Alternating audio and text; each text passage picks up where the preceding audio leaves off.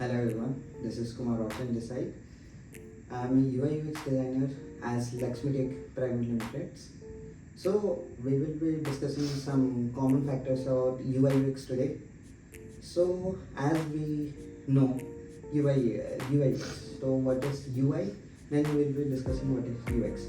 UI is user interface and UX is user experience. So basically, it's very important before you create a web, you create an app, or anything you create on a digital platform. So the design is mandatory. So UI UX is nothing, just it's a wireframing work or a prototype work or a proper planning for a proper well-defined project. So it's play a very vital role while when you design a UI UX. So it's have multiple steps. In UX also you have multiple steps. In UI also you have multiple steps. So it's have very different type of works in each other sectors.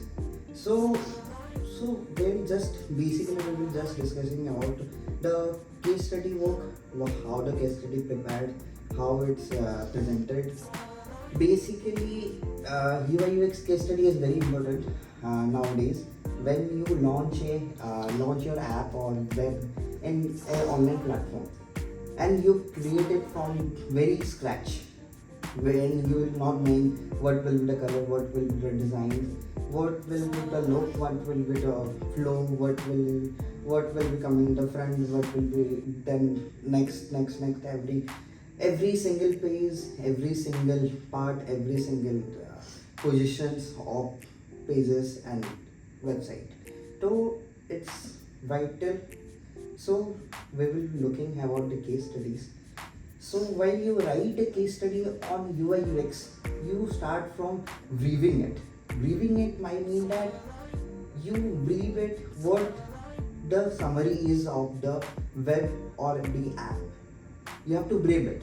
You have to write a summary where you have to explain what the app is doing, what the web is doing, what is the uses of it, and what output you will be getting after it got completed. To write a brief description about it. Then you have to write a problem statement. If it's existing or it's going to come, what problem it causes. If it is existing already in the market or already in the place live, so what redesign you have to take or what reconstructor you are going to do it. So when we are talking about reconstruction, so if we have any type of problem in the previous web or previous app, then only we start reconstructing it. While reconstructing it, you have to find out what is the problem. So you have to write the problem statement first of all, then you have to go for the solution. The second step is solution statement. Means what I mean by solution statement, how you are solving the problem. You are getting the problem in the first phase while redesigning. Now you have to write it how you are going to solve it. Then you are going to come for the primary business goals. Means if it's a e-commerce site or any type of marketing site, so you have to see who are your target audience.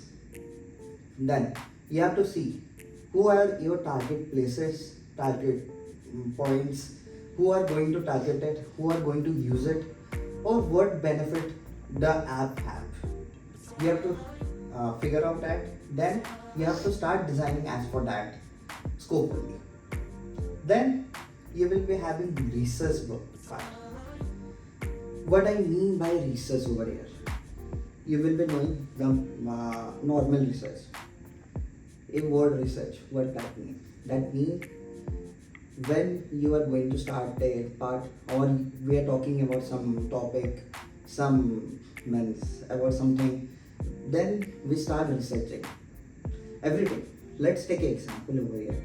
So if you are going to buy a mobile phone or anything, might be in online, might be in offline, you are going to research it first.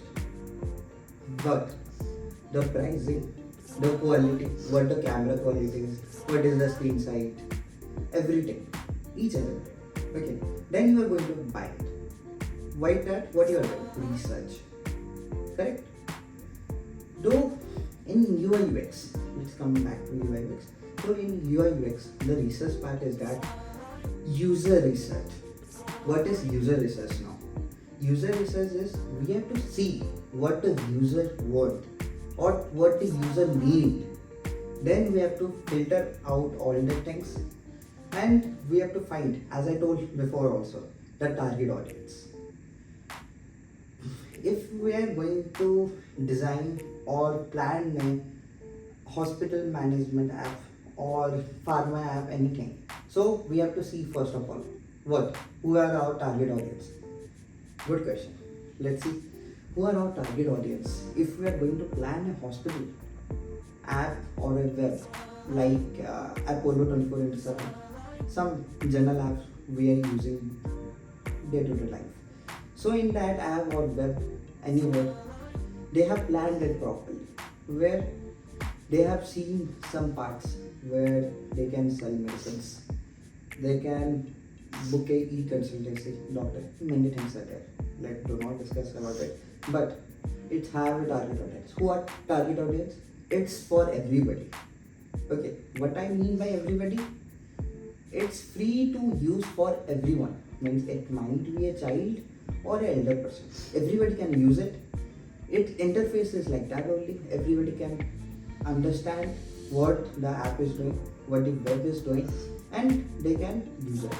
So basically, the user research come over there only, where you do a proper research about the web or about the app, then you start building it. In user research, you have many things like user interviews. You have to take user interviews also. What I mean by user interviews? User interviews commonly taken by the target audience or the target peoples. We are targeting who are our target peoples, a group of peoples. It can be online or can be offline. That doesn't matter. But you have to take it as for getting what they are understanding or what their needs. We will be getting both the things, their understanding also and their needs also. What I mean by needs now, if we are designing something and it's already in the working phase or it's already live, then we have to check what is missing or what is there but user not getting it or not finding out in her or his screen or anywhere in the app or web. So we have to plan accordingly. Then we have to design it or classify what things will be where. Fine. So we take surveys also. What I mean by surveys, same as you do user research, you do user surveys, you take questions. By surveys, we figure out some mapping things, some graphic things, where you have to graph out something. You can do A/B testings, anything, any type of testing or any type of thing where you can understand what to be designed or what should be there and what should not be there. That is pretty fine type thing. Okay. So we have to prepare a set of questions. While taking interviews or anything surveys, we are preparing a set of questions. If it is in online, you can use Google Forms and anything similar to it, where you can put 3-4 options. Then you can choose. You can select a single option or multiple options. That depends totally on you. So after deciding it, then you go for a research paper where you write each and every point. Then you start researching. Other than that, then you come to prototyping. What I mean by prototype? A detailed study of a single user where he or she is faced the life problem and he is continue facing it. Then you have to solve it. You have to take a detailed analysis. What is the user thinking? What is the goal? What is the background? Everything you have to take it. Then we will going after a single phase design or wireframes, we will be going for feedbacks, where you have to take feedbacks from the users. Then again a vital role playback. where you go for card sorting techniques. Card sorting techniques. Basically, we have two type of card sorting techniques. One is closed card sorting. Second is open card sorting. What is do I mean by closed card sorting? Every user or every designer who is working on the team or working in a group, they have to write some random options and put in some chips. They have to clarify what the idea is, what we can have, what we can delay it, or what we have not to keep it. So that is close card sorting. Then we will coming about that is open card sorting. Then we will coming about close card sorting. Close card sorting is that specifying the proper heading with the subtopics. If you will be saying, let's take an example again.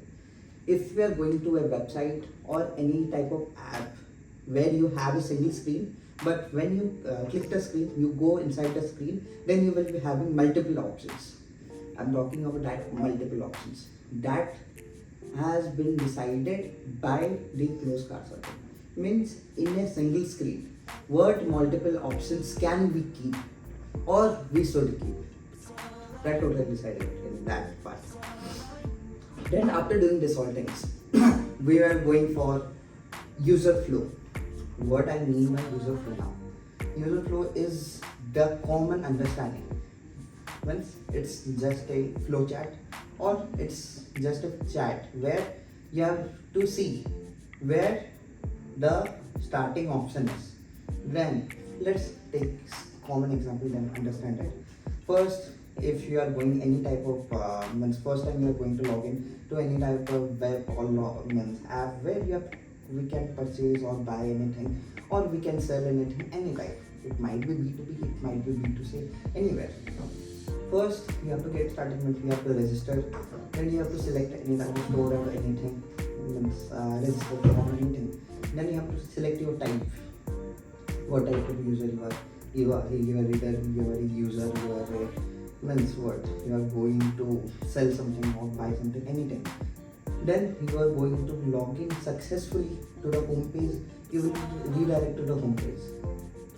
Then what you are doing, anything means going here and there, seeing multiple options, buying, selling, anything you are doing. Then you in that what the options come, log out, delete your account, anything. Basically, user flow means that starting to ending, a simple understanding. How many screens will be there, how many screens will be presented, how many pages will be there, everything about that. Then you will be coming about information architecture. Information architecture is the detailed study in flowchart. The detailed study in the flowchart means the detailed pages where the page is starting, where the page is ending. Means interlinking the pages, interlinking the items, interlinking the means what points or options that you have to do. If you are not getting it, means if you are not doing it, if you are not doing it, it might cause an error or it cannot be very confusing if you are not doing a user flow or information architecture. Then you will be coming about wireframes. Wireframes again there are of two types. What is high fidelity and low fidelity? What I mean by low fidelity wireframes? Low fidelity wireframes is the wireframes where that should be made or can be made with using a single piece of white paper and a pen or anything of your choice, where you have to plan and take out everything what you have, what the understanding is. Means after designing the screen, what you are getting the output, how it's going to look at out. That you have to put your idea or your common understanding in a piece of paper that you have to design this, draw it or anything you have to do.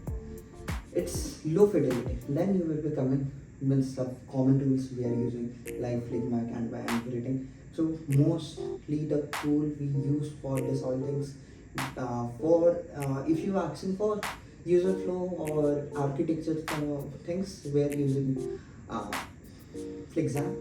Then for designing we are using Figma. In Figma you have to both things come again. Low fidelity wireframes, high fidelity wireframes. Low fidelity wireframes, you have to design the raw folders over there. Then high fidelity, the real screens, the UI screens, where you are going to put your colors, everything, the font style, the designs, everything. You are seeing the real time design over there. Then before making UI screens or is proper design of high fidelity, if it will be creating the typography, the color palettes, the prototypes, where the screens will be connected, where it's connected. That should be very mandatory. That's all for today. Thank you very much.